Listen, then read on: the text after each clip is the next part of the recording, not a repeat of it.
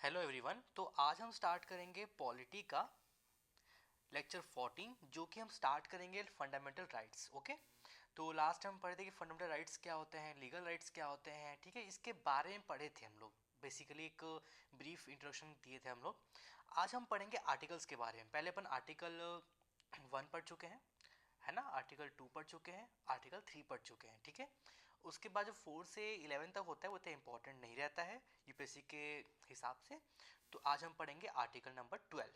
ठीक है, article number 12 क्या बोलता है? स्टेट। ठीक है, आर्टिकल 12 जो है वो एक स्टेट को डिफाइन करता है। अब आप इस स्टेट को ये मत समझना कि ये जैसे कि इंडिया का कोई स्टेट है, वेस्ट बंगाल, आपका उत्तर प्रदेश, ऐसा नहीं है। स्टेट हम बात किए थे ना, एक होता है नेशन, एक होता है स्टेट, एक होता है नेशन स्टेट, है ना, एक होता है आपका कंट्री। तो वो उस स्टेट के बारे में बोल रहा है, जो स्टेट जहाँ पे सॉवरेनिटी है, गवर्नमेंट है ना, पीपल पब्लिक है, तो वो है।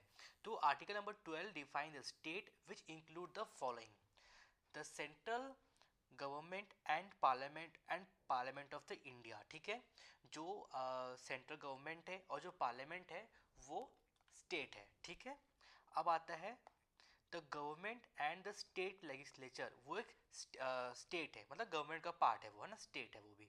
तो जैसे कि सेंट्रल गवर्नमेंट आ गया आपका, है ना, जैसे अभी एट प्रेजेंट बीजेपी है, कोई कांग्रेस थी।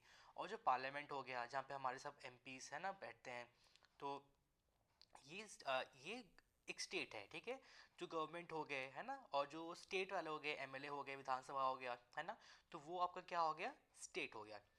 जैसे कि all local authorities like municipality, district courts, panchayat, ये स्टेट्स हो गए। ठीक है, other authorities within the territory of India और under the control of the government of India, ठीक है, वो क्या होंगे? स्टेट कहलाएंगे। ठीक है, तो जो ये सब क्या है? ये सब स्टेट है। ठीक है, तो other authority have been defined to include all authorities created by the constitution or law made by parliament on whom powers are conferred by the law। ठीक है, कोई भी अथॉरिटी जो कि हमारे लॉ से बना है या फिर हमारे कॉन्स्टिट्यूशन से बना है, जो कि पार्लियामेंट के द्वारा बनाया गया है, जिसमें पावर्स जो हैं वो लॉ के द्वारा कंफर्ड है, उसको हम स्टेट कहेंगे। ठीक है, तो ये हो गया। अब एग्जाम्पल देखते हैं, वही है। लोकसभा कैसे अपना पार्लियामेंट में आ जाएगा, राज्यसभा पार्लियामेंट में आ जाएगा, स्टेट लेजिस्लेटिव असेंबली विधानसभा में आ जाएगा। ठीक है, सिविल ब्यूरोक्रेसी, जो हमारे आईएएस आईपीएस सिविल ब्यूरोक्रेट्स होते हैं, तो हमारे स्टेट में आएंगे। ओएनजीसी, ये क्यों आया? क्योंकि ओएनजीसी जो है वो एक सेंट्रली ड्रिवन है, मतलब इसको गवर्नमेंट वो करती है। ठीक है, गवर्नमेंट इसमें कुछ कुछ इंसेंटिव देती है, कुछ इसमें पावर वो हेल्ड रखती है, इसलिए वो क्या बोलते हैं आपका स्टेट में आएगा। दिल्ली ट्रांसपोर्ट कॉरपोरेशन, ये कौन चला रहा है? ये गवर्नमेंट चला रहा है, इसलिए ये स्टेट कहलाएगा। एलआईसी एक गवर्नमेंट का पार्ट है, इसलिए स्टेट कहलाएगा। ठीक है, जितने भी एम्बेसीज हैं गवर्नमेंट ऑफ इंडिया का, कौन चला रहा है? गवर्नमेंट चला रहा है। किसके हाथ से पावर्स हैं? गवर्नमेंट के हाथ में पावर्स है, इसलिए वो स्टेट कहलाएगा। जो भी अथॉरिटी जहाँ पे गवर्नमेंट हेल्प पावर हेल्प कर रही है या फिर वो कोई भी लॉ से बना हुआ है, वो सब स्टेट कहलाएंगे। ठीक है, अब एक केस पे आते हैं, रमन डी शेट्टी केस। ठीक है, रमन डी शेट्टी केस क्या बोलता है? इस in this case the supreme court tried to define other authorities and give the following condition. ठीक है, रमन दी शेट्टी केस में क्या हुआ था कि सुप्रीम कोर्ट ने दूसरे दूसरे अथॉरिटीज़ को भी आ, कुछ बताया था, डिफाइन किया था कि ये स्टेट है कि नहीं है। तो कुछ चीज़ को आप किसी एक अथॉरिटी को कैसे बोल सकते हो कि वो स्टेट कहलाएगा? तो पहला पॉइंट क्या आना चाहिए कि क्या वो स्टेट, सॉरी, क्या वो बॉडी गवर्नमेंट कंट्रोल कर रही है? ठीक है, अगर गवर्नमेंट कंट्रोल कर रही है, is the government controlling a stake, मतलब क्या है इसका? कि वो जो अथॉरिटी है उसका सबसे बड़ा स्टेक गवर्नमेंट रखती है अपने पास। तीसरा क्या रहेगा? Is the administration of the body subject to government control. अगर ये तीनों कहता, अगर फॉलो हो रहा है, तो फिर वो हम उसको स्टेट कहेंगे। ठीक है, तो क्या क्या है? पहला, जो भी बॉडी है उसको गवर्नमेंट रन कर रही है क्या, और जो गवर्नमेंट रन भी कर रही है ना, अभी जो प्राइवेट अथॉरिटी है उससे ओएनजीसी है ना, उसका अच्छा खासा जो है पार्ट वो गवर्नमेंट हेल्ड करती है, गवर्नमेंट उसको रखती है अपने पास, है ना। तीसरा क्या है कि उसको जो रन कर रहे हैं, उसको जो एडमिनिस्ट्रेशन है वो क्या वो गवर्नमेंट कर रही है, इस सब अगर कंट्रोल में है तो इस सब में आपको स्टेट कहलाएंगे अपन। ठीक है, ये कौन सा केस हो गया? रमन डी सेट्टी। ठीक है, अब आते हैं आर्टिकल 13। आर्टिकल 13 क्या बोलता है? आर्टिकल 13 बोलता है जुडिशियल रिव्यू, ठीक है। जुडिशियल रिव्यू मतलब कि कोर्ट के ऊपर आ गया, ठीक है। The term judicial review has not been provided under the constitution, ठीक है। ये जो रिव्यू, ये जो टर्म है, ये हमारे कॉन्स्टिट्यूशन में नहीं दिया गया है, but the essence of judicial review has been explicitly provided in case of fundamental right, ठीक है। लेकिन फंडामेंटल राइट्स में एक उसका एसेंस दिया गया है जुडिशियल रिव्यू का। इन case of violation of fundamental rights an individual can approach Supreme Court under Article 32 जो हम पढ़े हुए हैं, and High Court under Article 226, ठीक है। याद रखना, आर्टिकल 32, हाई कोर्ट का 226, ठीक है।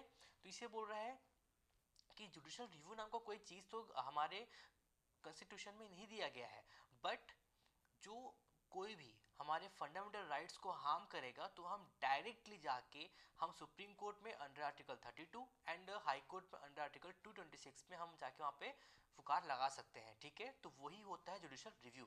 उसके बाद क्या होगा कि सुप्रीम कोर्ट, हाई कोर्ट हमारे केस को रिव्यू करेगा और फिर अपना डिसीजन लेगा, ठीक है।